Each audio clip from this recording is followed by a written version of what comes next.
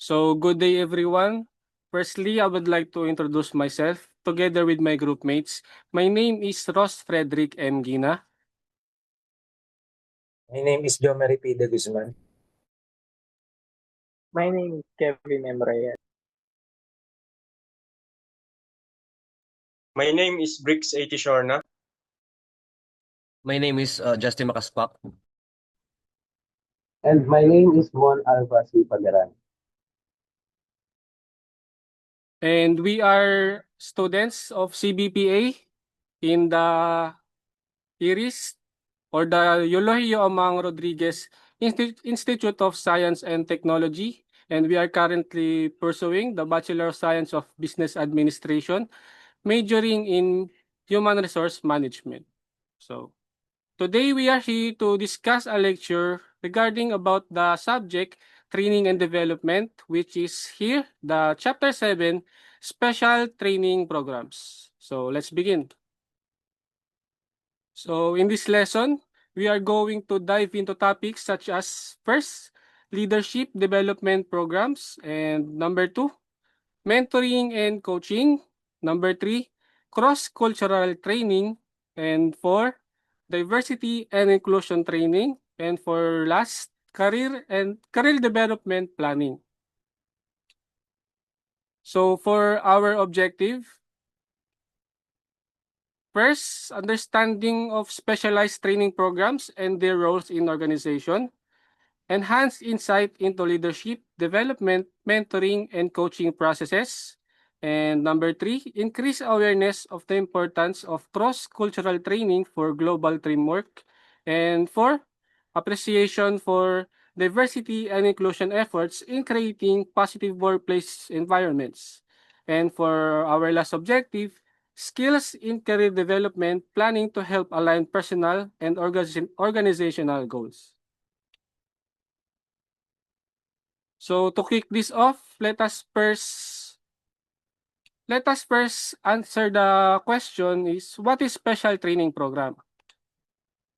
So a special training program is a targeted learning initiative designed to develop specific skills or competencies beyond the general training. So when we say general training, it includes the basic knowledge before performing inside the organization. It includes company policies, orientation of the processes, and the work safety in the workplaces, and etc. Special training programs. These programs focus on areas such as leadership, mentoring, cultural awareness, diversity, and career growth to help individuals and organizations perform better in specialized roles or situations. So why is it important? Why is it important to have special training programs in every organizations? First reason, special training programs are important because they ensure that individuals and organizations continue to grow, adapt, and stay competitive in a constantly changing environment.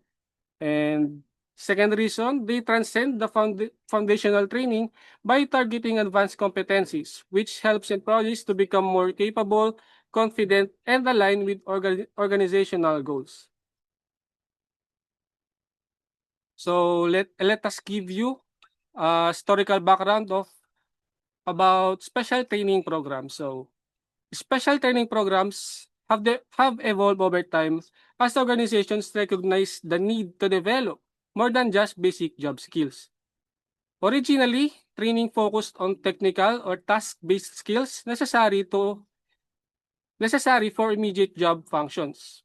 However, workplaces become more complex. As the workplaces become more complex, the demand for advanced skills grew. So we have discussed that we are in a constantly changing environments as our environments changes, it becomes more complex or it becomes more hard, and the more complex it is the more skills it requires. The formalization of these programs started around the mid 20th century, particularly after World War II, when companies and governments began establishing structured leadership and professional development initiatives. For example, many large corporations developed corporate universities or specialized training centers to cultivate managerial talent and align employee growth with organizational goals. Alongside corporations, educational institutions, and the military contributed to the evolution of training programs by incorporating coaching, mentoring, experiential learning, and cultural awareness as key components. Over time, these approaches became central to what we call now special training programs. Special training programs in Philippines. In the early 1970s, the Philippines recognized the need to enhance the capabilities of its public and private sectors to address developmental challenges. This led to establishment of specialized training programs aimed at building leadership, governance, and productivity skills. A significant milestone in this endeavor was the creation of the Development Academy of the Philippines, or the DAP, on June 23, 1973, under the Presidential Decree number 205. President Ferdinand Marcos formally established the Development Academy of the Philippines. And if we're going to ask what is DAP's primary mission, it is to provide training, education, policy research, and consultancy services to enhance the capabilities of individuals and organizations in the public and private sectors. Over the decades, DAP has played a pivotal role in shaping the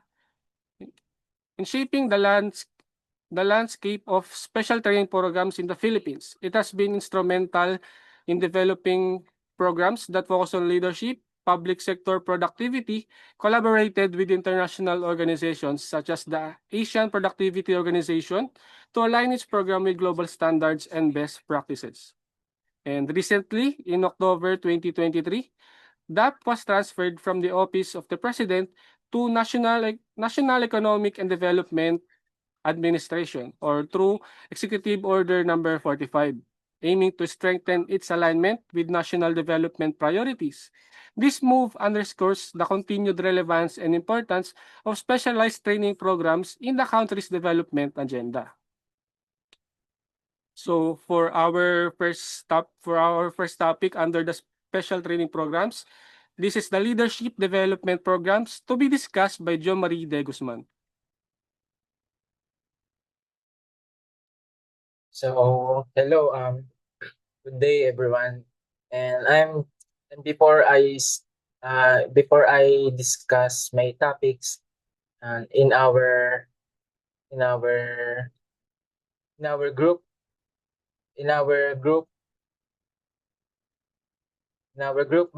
with my group members, what comes to your mind when I say leadership development program? So, next slide, please. So the leadership development programs are special training initiatives that prepare employees for future leadership roles. They focus on building essential skills like communication, decision-making, and teamwork through methods such as workshops, mentoring, coaching, and on-the-job training. These programs benefit organizations by creating strong leaders, improving employee engagement, and ensuring smooth leadership succession. So the leadership development programs, it is the special training initiatives designed to build the skills and mindset for future leaders. They aim to improve communication, decision making, and problem solving while preparing employees for higher responsibilities. And these programs include self-awareness training, skill building workshops, and mentoring, experiential learning, and on-the-job assignments. Common methods are seminars, job rotation, coaching, e-learning, and team building. And the benefits include higher employee engagement, a strong leadership pipeline, better organizational culture, and adaptability to change. For instance, there are corporate leadership academies, graduate trainee programs, and public sector leadership training. Next slide, please. So, advantages and disadvantages of leadership development programs. Next slide, please. So the advantages. We have 5 advantages of leadership development program, which are enhances leadership, decision making, and communication skills. Number 2, build confidence in handling challenges. Number 3, motivates employees and boosts team morale. Number 4, prepares future leaders. Number 5, the last, improves organizational performance and growth. And leadership development programs strengthen essential skills like communication, decision making, and problem solving. They also build leaders' confidence in handling challenges which motivates employees and improves teamwork. By preparing future leaders through succession planning, these programs ensure organizational continuity while driving performance and long-term growth. Next slide, please. So, if we have advantages, so we have disadvantages also. So we have 5 disadvantages of leadership development programs, which are number 1, costly to implement and maintain. Number 2, time consuming, may disrupt regular work. Number 3, not always effective for all leadership styles. And number 4, trained leaders may leave the company. And number 5, not the least, some employees resist new leadership practices. Overall, leadership development programs also come with disadvantages. They can be costly and time-consuming, sometimes disrupting regular work. Not all approaches fit every leadership style. And there is a risk that trained leaders may leave the company. In addition, some employees may resist adapting new leadership practices, making implementation challenging. And the leadership development programs play an important role in shaping effective leaders within an organization. They provide employees with the opportunity to enhance leadership, decision-making, and communication skills, which are essential for managing people and situations effectively. And these programs also build confidence, motivate employees, and boost team morale, like I said before, contributing to a more positive work environment. Furthermore, they serve as a tool for succession planning by preparing future leaders and ensuring organizational growth and stability. However, leadership development programs also come with disadvantages. They are often costly to implement and maintain, and the training process may disrupt regular work schedules. In addition, they may not always be effective for all leadership styles. And there is the risk that when leaders could leave the company after gaining new skills. Resistance from some employees toward new leadership practices can also pose challenges. Despite these drawbacks, leadership development programs remain a valuable investment for organizations aiming to strengthen their leadership pipeline and achieve long-term success. Next slide, please. The objectives. Next slide, please. So we have objectives of the leadership development programs, and the key objectives often include skill building, focusing on critical leadership skills such as communication, decision-making, conflict resolution, strategic thinking, and emotional intelligence. And developing future leaders, identifying high potential employees, and nurturing their growth to create a robust talent pipeline and ensure smooth leadership transition. The third one, improving performance, equipping leaders with the tools and strategies to enhance their own performance and that of their teams, leading to increased productivity and better business outcomes. The fourth one, fostering adaptability and innovation, preparing leaders to navigate change, embrace new ideas, and adapt to dynamic business environments. The fifth one, enhancing employee engagement and retention. By developing stronger leaders, organization can create more positive work environments, which leads to higher employee morale, engagement, and reduced turnover. The sixth one, promoting ethical leadership, instilling values of integrity, trust, and fairness to foster a strong and ethical organizational culture.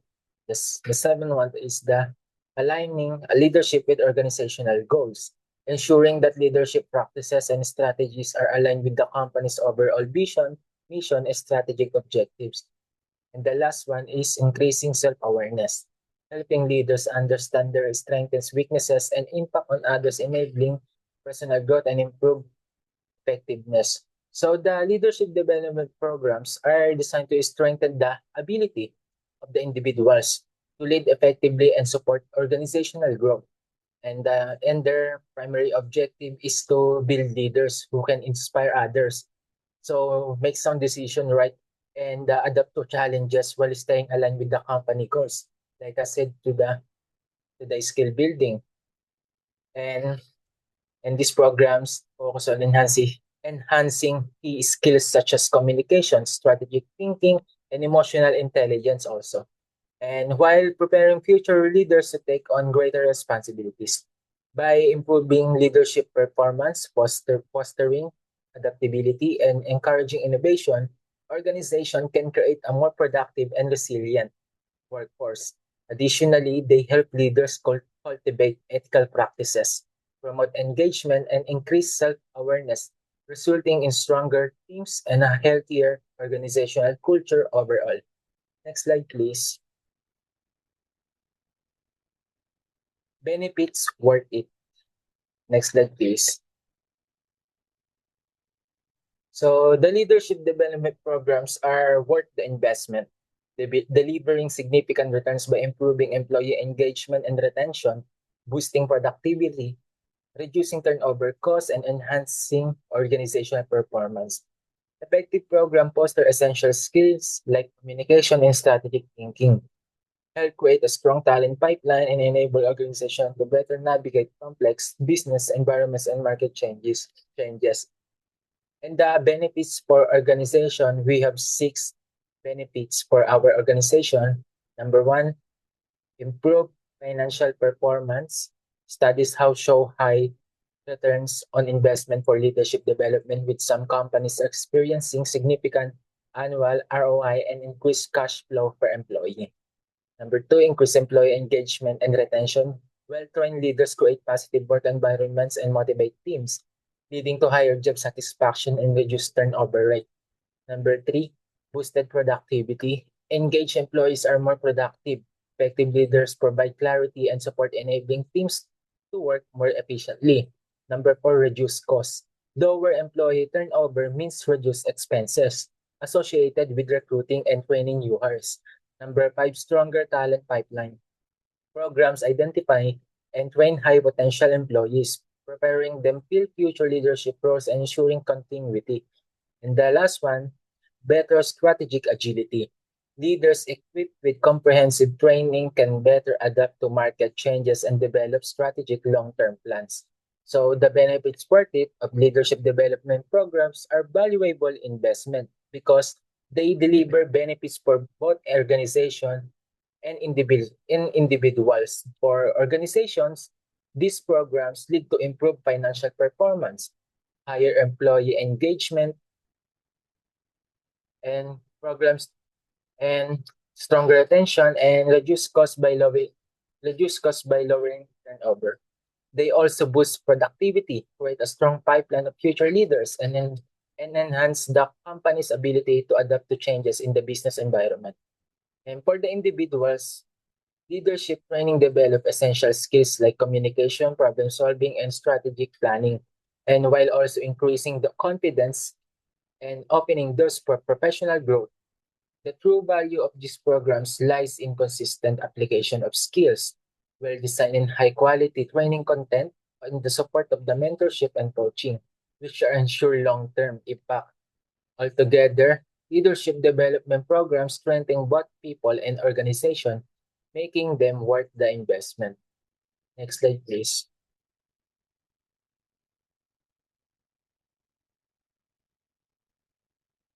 Next slide, please.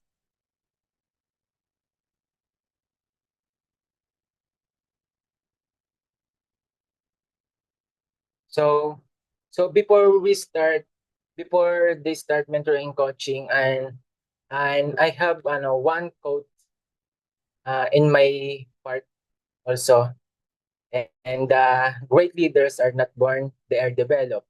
And this quote means leadership is not an inborn talent, but a skill built through through learning, experience, and continuous development.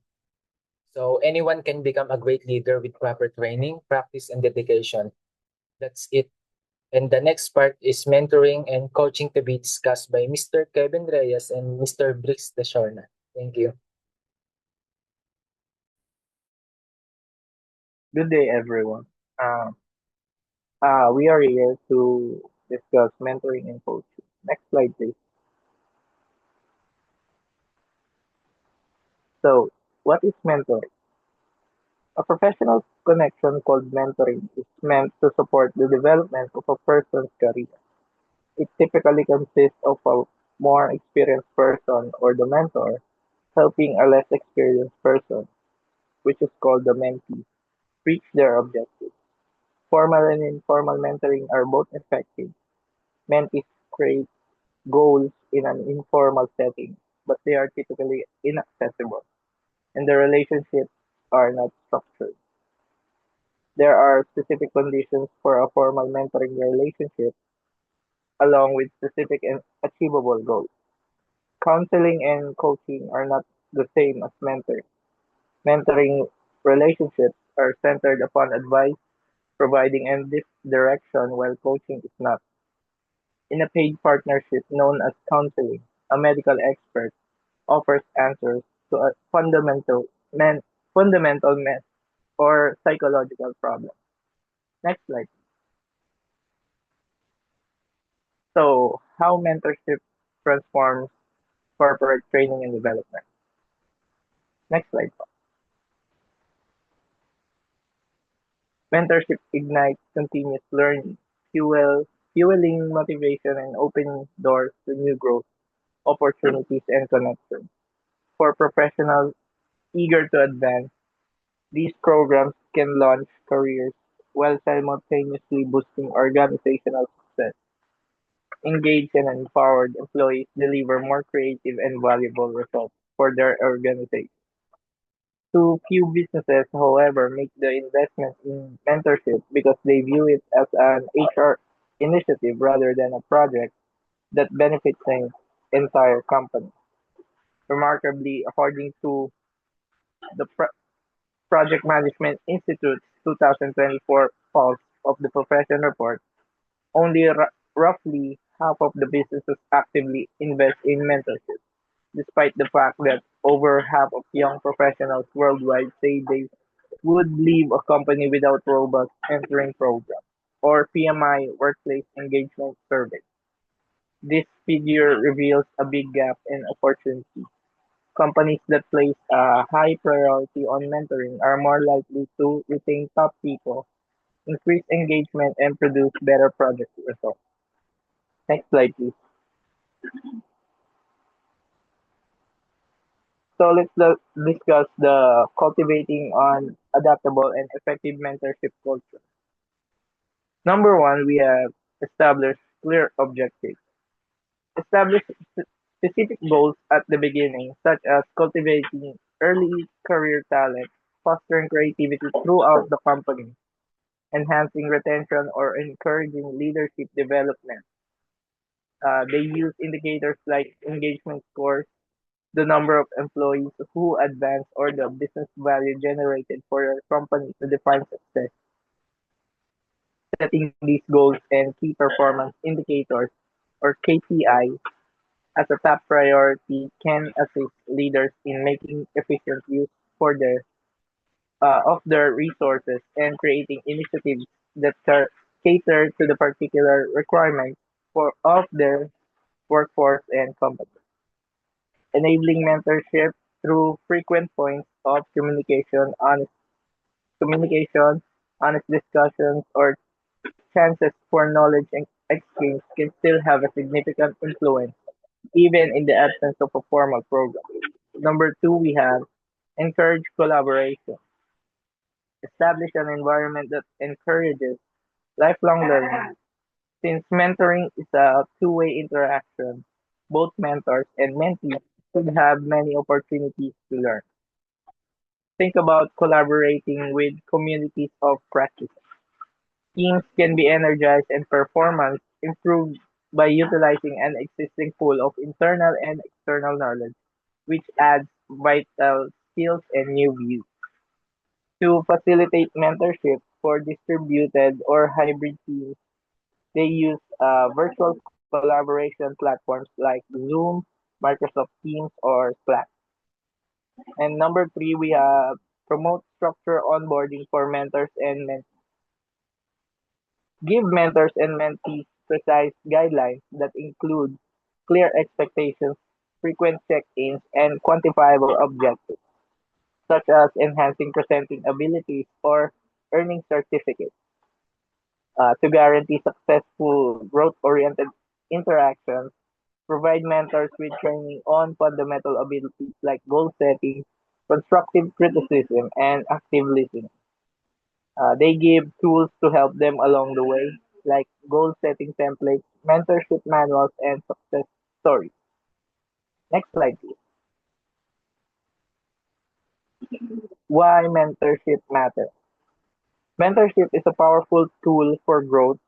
It equips employees with practical skills beyond training manuals, helping them tackle challenges, adapt to change, build confidence, and grow into leadership roles. A successful mentorship program can help staff members make better decisions, expand their professional networks, and assist them in changing careers, all of which are critical components of long-term success for both the mentee and their company. A tried and true strategy for increasing engagement and retention in organization is mentoring. Support increases the likelihood that workers will feel empowered and involved, which creates a happier and more effective workplace. By bringing individuals from different disciplines and viewpoints together, mentoring additionally promotes innovation. When teams are exposed to a variety of ideas, collaborative problem solving becomes more dynamic, which increases an organization's ability and competitiveness. Next one.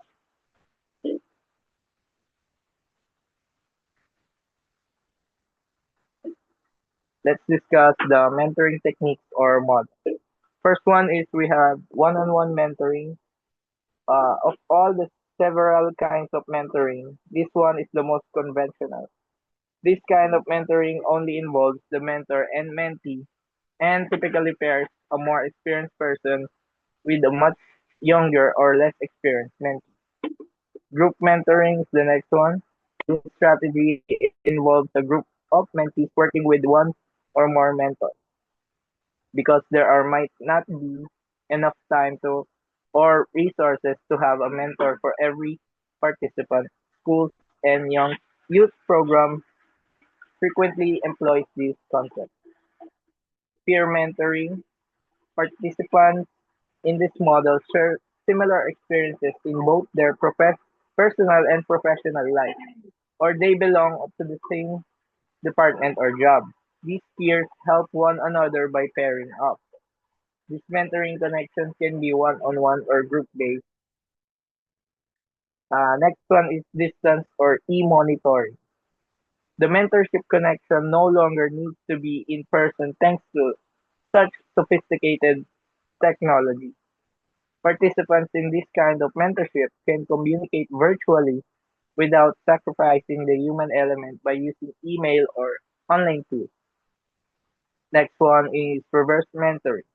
In contrast to the traditional model, this mentorship relationship is reversed. A junior employee mentors a more senior professional rather than a senior professional coaching a more junior employee. Usually, the younger or more junior professional uses this relationship to teach the more senior one new technologies, applications, or abilities.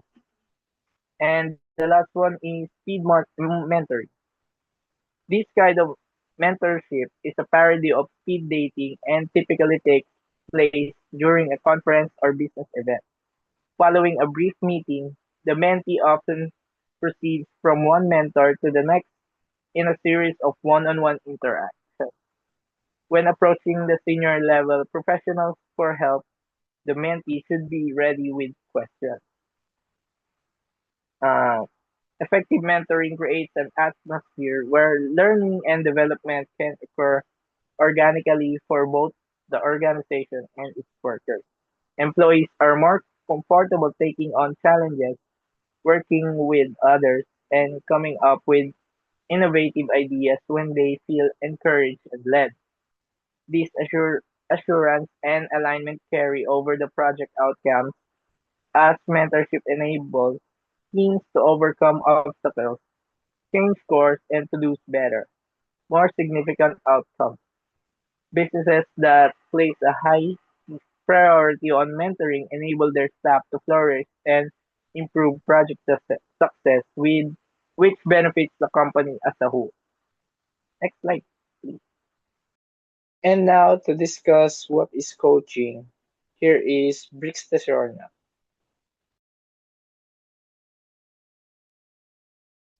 What is coaching? Next. Next.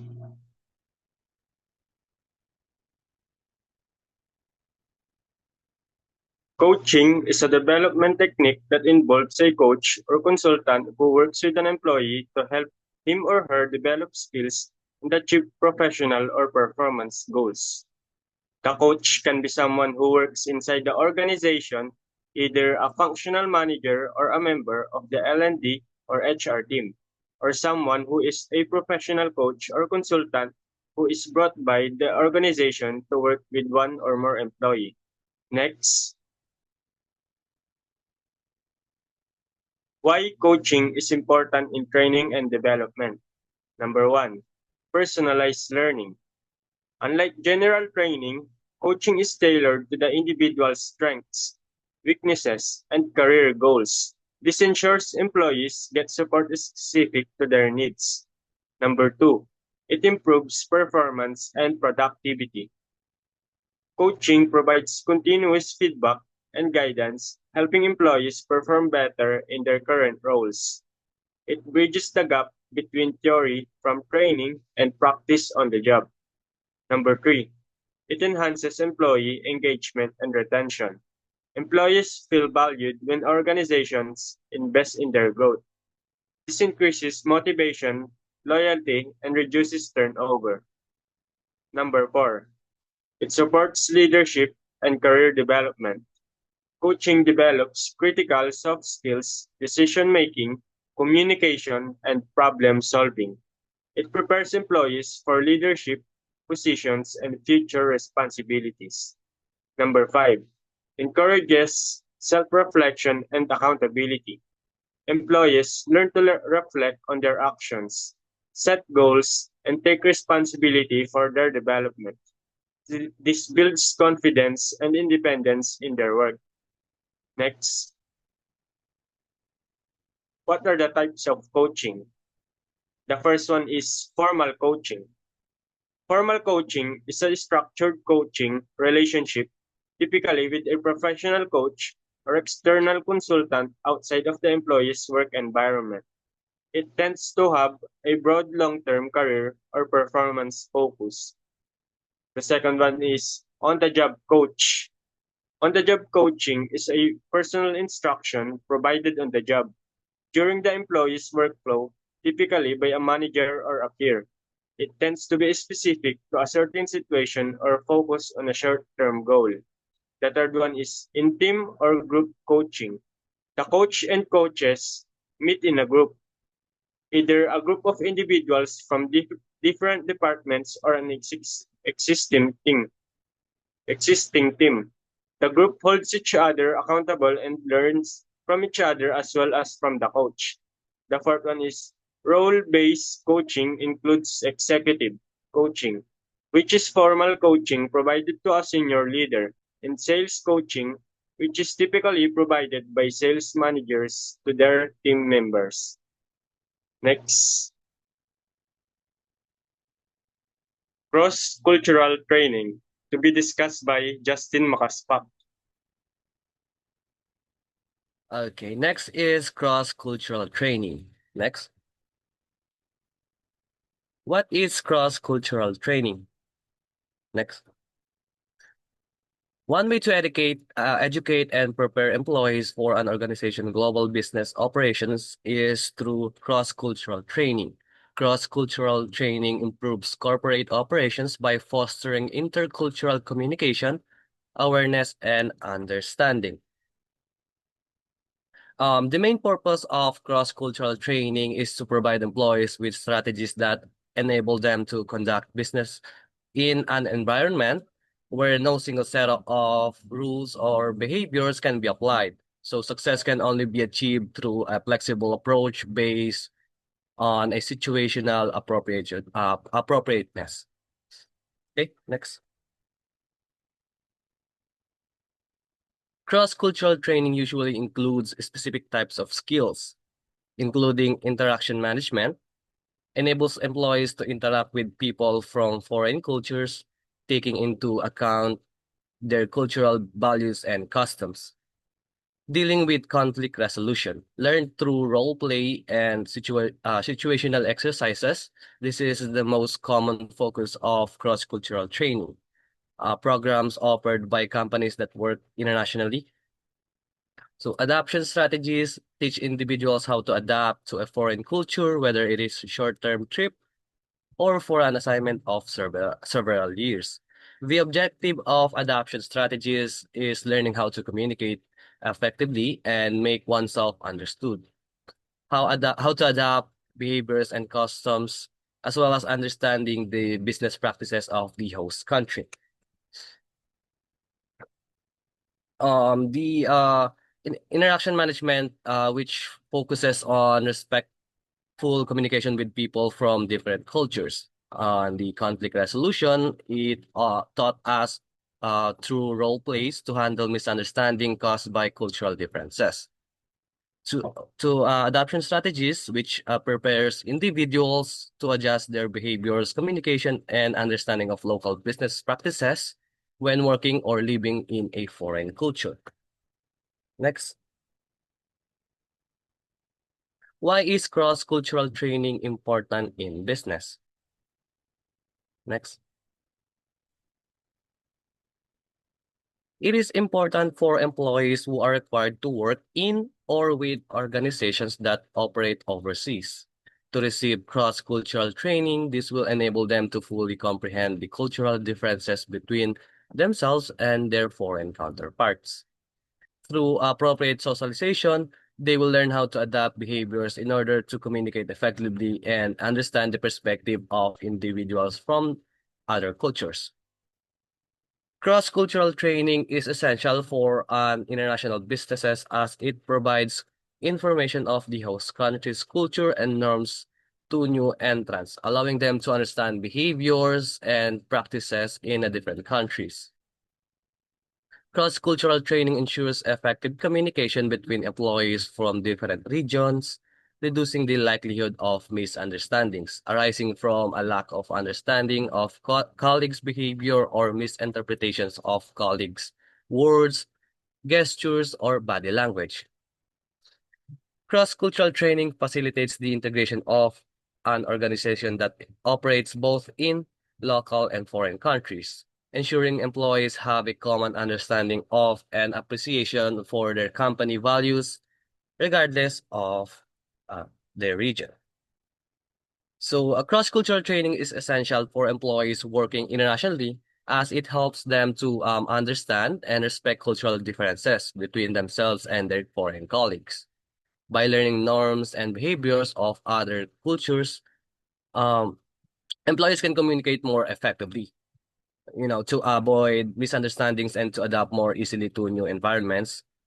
This training supports a smoother collaboration across regions and ensures that employees uphold shared company values whether they work locally or abroad. Okay, next. Who can benefit from cross-cultural training? Next. Of course, it is employees. Employees can benefit from international cross-cultural training as it provides them with the knowledge and skills to handle business transactions in an environment where no single set of rules, behaviors can be applied. In some cases, employees receive a digital verifiable micro-credential as proof of their cross-cultural training skills, making it easier to showcase their expertise. As such, successful negotiations require a flexible approach based on situational appropriateness. Employees therefore have a transferable skill they can apply to both home and overseas businesses activities. Employers benefit from providing cross-cultural training to employees as it enhances their business operations and enable them to complete foreign transactions with increased ease and efficiency, minimizing the potential for misunderstandings that could lead to a loss of revenue or damage a company's reputation. Through cross-cultural training, employees can develop in employees an appreciation of and respect for individuals from different cultures, thereby reducing the likelihood of conflict arising. Employers can also benefit from their employees increase the understanding of and ability of navigate in a foreign business environment. So cross-cultural training, it's a win-win situation to employees and to their employers because employees will learn how to communicate and what to do with foreign colleagues. Also, they will learn how to apply the skills that they know to other colleagues. Also, the business owners or employers will have an advantage of it because the employers from different countries will learn about their company's skills and reputation. Next. Okay, so next topic would be diversity and inclusion training that will be discussed by Mr. Ross Frederick Gina.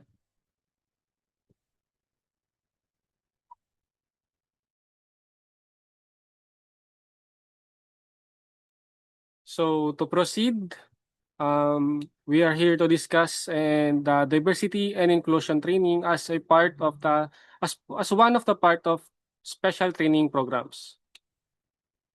So for us to have a better understanding, let us define first word by word. For the first word, diversity. So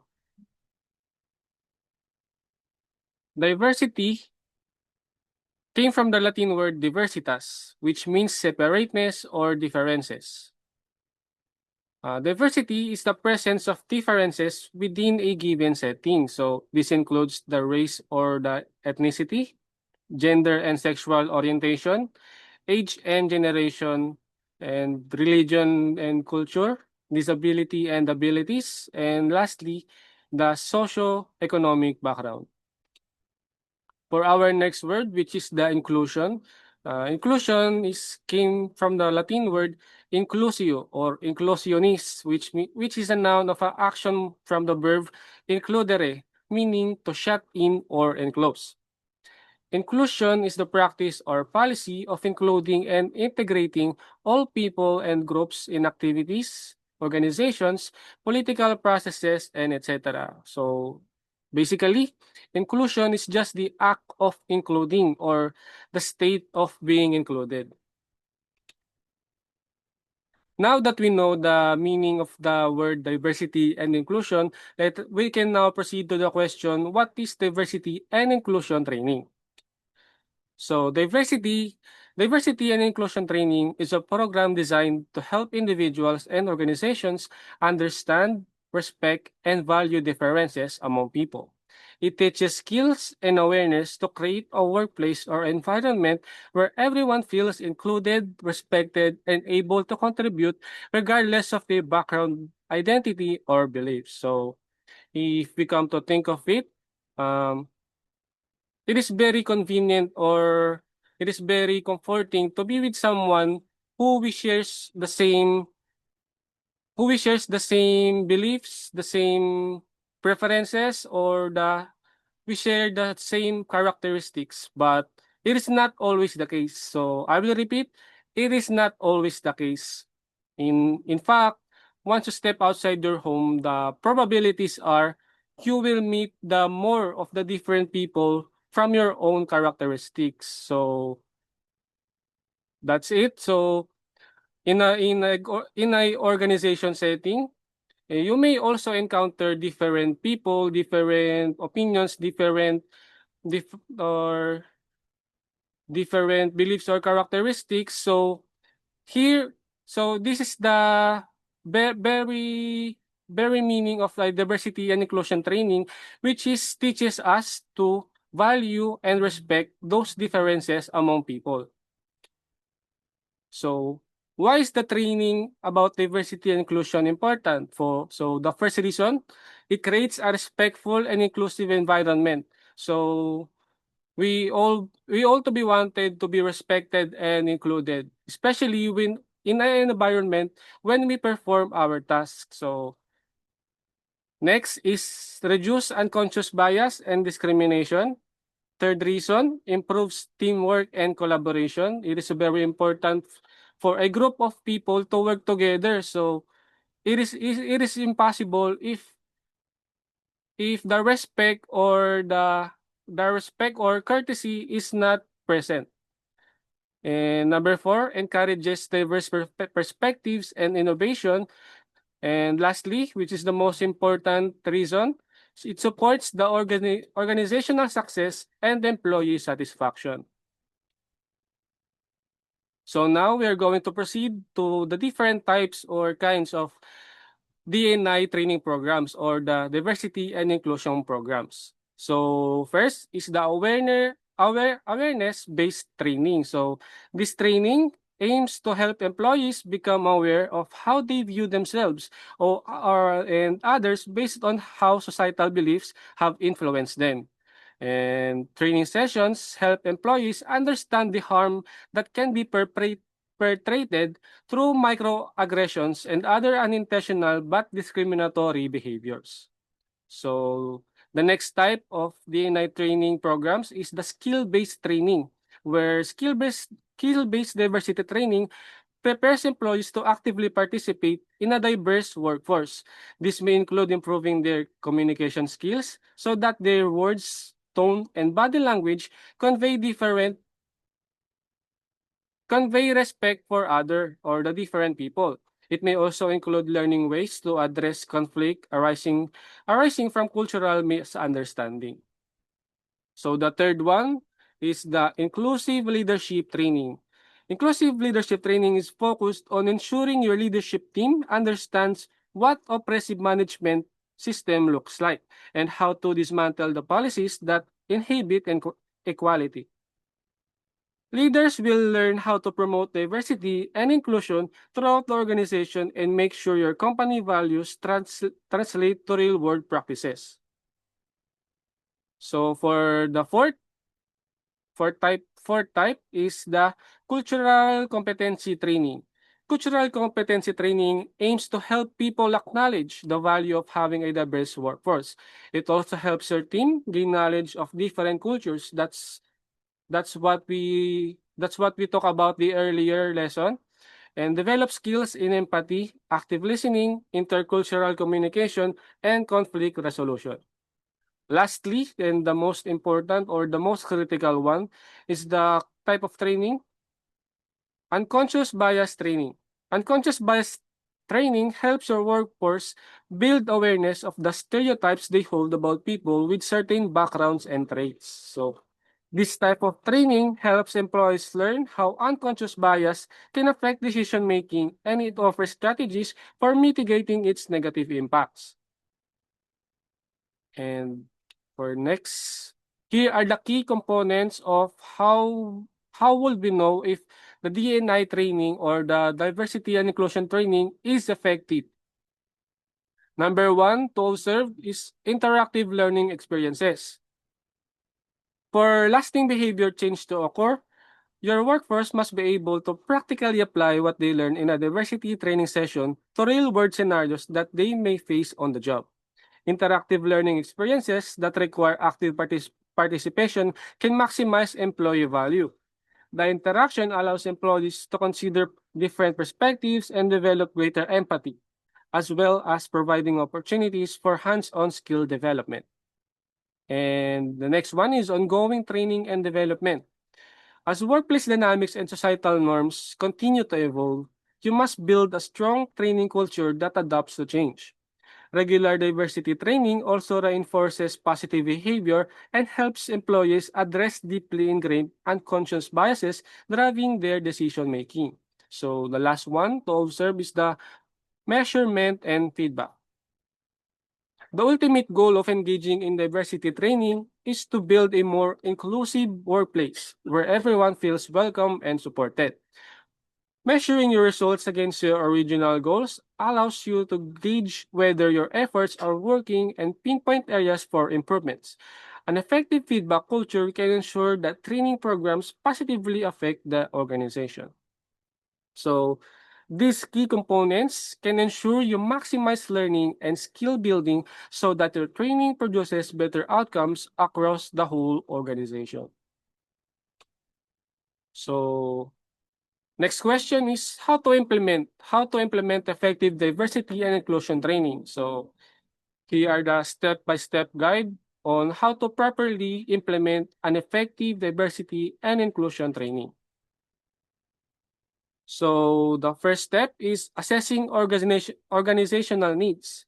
Start by identifying your ultimate goal in launching a training program.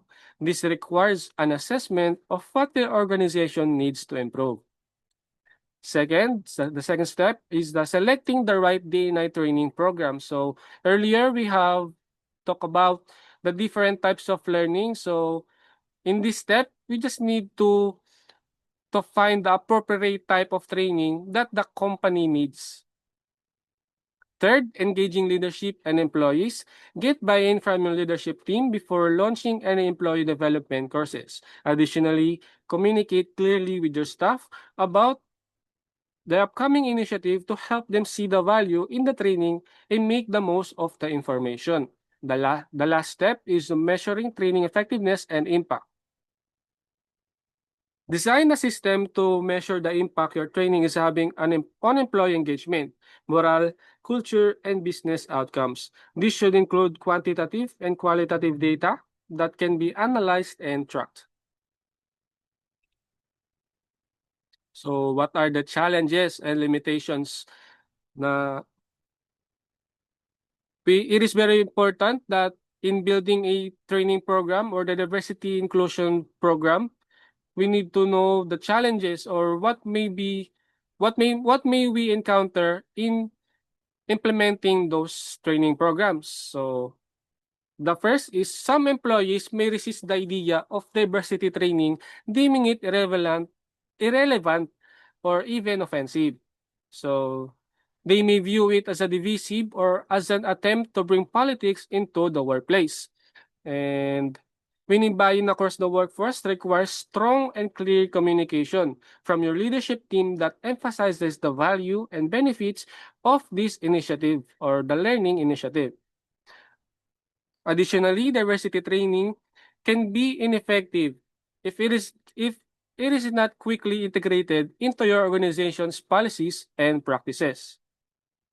You may need to reimagine and retool your practices in multiple areas, including hiring and performance management. Lastly, is measuring training effectiveness is another common challenge. Many organizations struggle to determine whether employees learn and retain information and whether their efforts have led to real change. Developing robust evaluation and feedback mechanisms that track the impact of programs and initiative is essential. So to proceed, we have here the next lesson, the career development planning, to be discussed by Mr. Mon Alva Paderan. Okay, good day everyone. Today I will be tackling about career development planning, what it is, why it matters, the theories behind it, the challenges you might face, and some practices to make it effective. Next slide, please.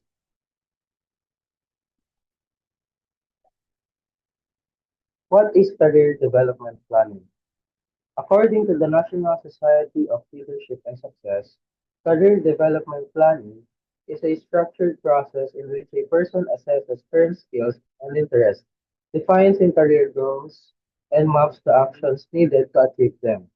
This process typically involves self-assessment, setting both short-term and long-term goals, identifying the skills and experiences you need and how to acquire them.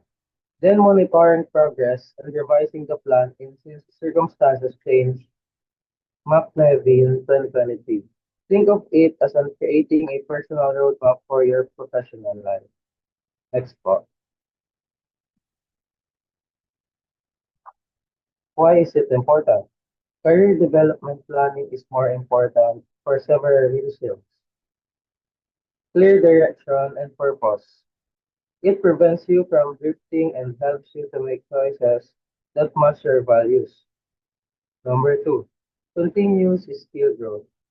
Industries change quickly, so planning keeps your skills up to date.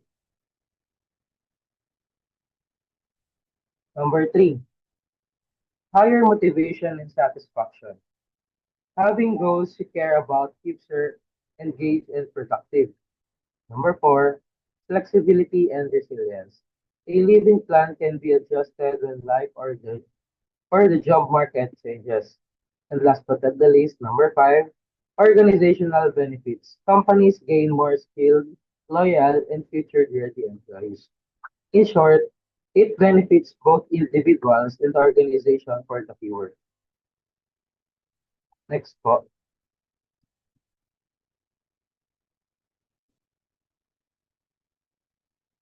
Ayan. Theoretical foundation of career development planning. To understand the career planning, it helps to look at the research behind it. Super's life space theory explains how the careers naturally develop over lifetime. It describes stages such as growth, exploration, establishment, maintenance, and disengagement. And it considers the many life roles we play, like student, worker, or patient. This theory reminds us that career planning is lifelong and must adapt as our roles and priorities change. On the practical side, we have the Individual Development Plan or IDP model. An IDP is a work-specific tool covering 1 or 3 years that helps employees and managers set clear goals, outline trainings or project, and track progress. So, is super So if Super's theory is the map for an entire journey, the IDP is the step-by-step itinerary for the next leg of the trip. Next.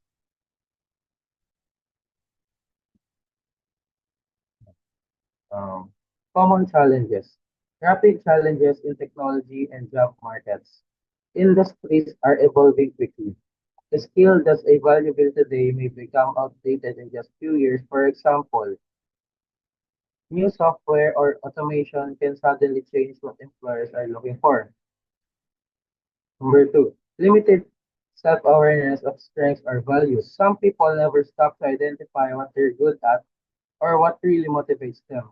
Without that insight, it is easy to close. It is easy to chase the goals that don't fit and eventually feel stuck. Number three, lack of organizational support or mentorship. Excuse. Not every workplace invests in training or provide managers who coach employees. Without that backing, it can be harder to gain new skills or advance. And number four, difficulty balancing career goals with personal life roles. We all have responsibilities outside of work, family, health, community. Big career moves or extra training can clash with those responsibilities if you don't plan carefully.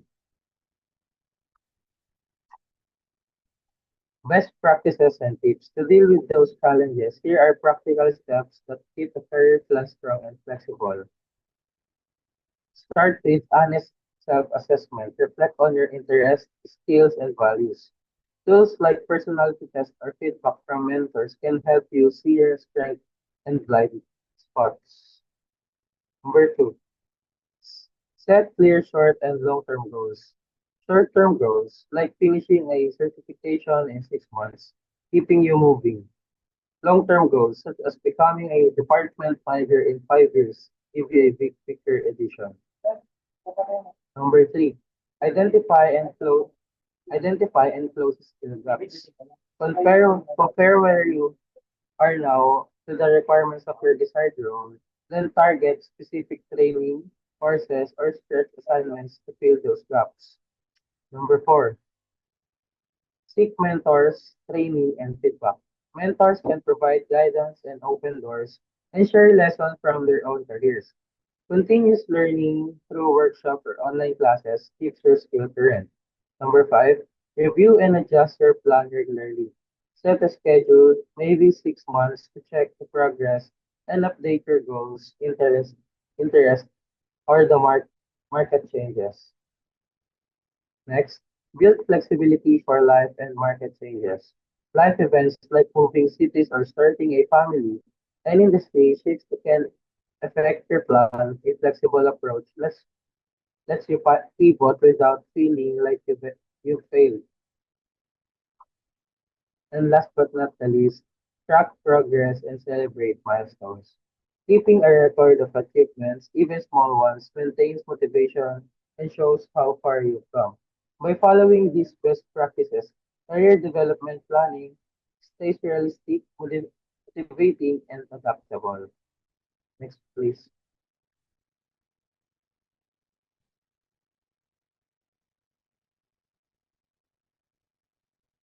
Ayan. Conclusion. To wrap up, career development planning empowers individuals to make ownership of their future and help organizations maintain a skilled, engaged workforce. The process works best when it is intentional, flexible, and continuously updated. Kalams 2021. By combining a lifelong perspective like super theory with practical tools such as an IDP, we can stay motivated, adapt to change, and build careers that grows with us. Thank you. Next slide, please.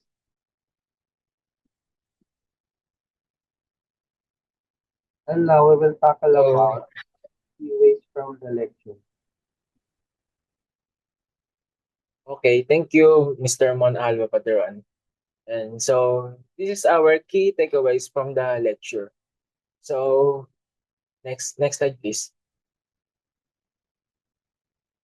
So to end this lecture, here are the most important learnings that we must keep in mind. So from the lecture, we have learned that leadership development programs are programs designed to create future leaders that will benefit organization in the long run. And the second one is the mentoring and coaching are personalized training approaches where it provides guidance, feedback, and support to help others grow professionally and personally. The third one, cross-cultural trainings enhances communication, empathy, and collaboration in diverse and international environments. The fourth one, diversity and inclusion training focuses on helping individuals to understand, respect, and value differences among people and make everyone feels included and able to contribute. And the last one is the career development planning is essential to provide a workforce that is skilled, engaged, and motivated. Next slide, please. So all in all, special training programs are essential for building a skilled, adaptable, and motivated workforce. They enable HR to address specific development needs, support strategic goals, and enhance employee engagement. Ultimately, these programs drive both individual growth and organization success. Next slide, please. So quiz time. So this is the quiz time. And next slide, please. So we have five questions. We have five quiz questions of our reporting. So this is the number one. It is a targeted learning initiative designed to develop specific skills or competencies beyond the great general training. Number two, it is a development technique that involves a coach or consultant who works with an employee to help him or her develop skills and achieve professional or performance goals. Number three, it is a Latin word which means separateness or differences. Number four, as special training initiatives that prepare employees for future leadership roles. And number 5, a structured process in which an individual assesses current skills and interests, defines career goals, and maps actions to achieve them. Next slide, please. So the references. So we have the references. For your further understanding, here are the URL, Uniform Resource Locator, or links that we have used. And if something in our lecture is not clear, feel free to check those resources and read carefully. Next slide, please. So that's it. That's in our report. We hope our presentation has provided you with clear understanding and useful insights about our topic. Thank you very much for your time and attention. Once again, we are Group 7, and it has been our pleasure to present before you today. Good day, everyone. Thank you for listening to this important matter. Thank you so much. Bye-bye.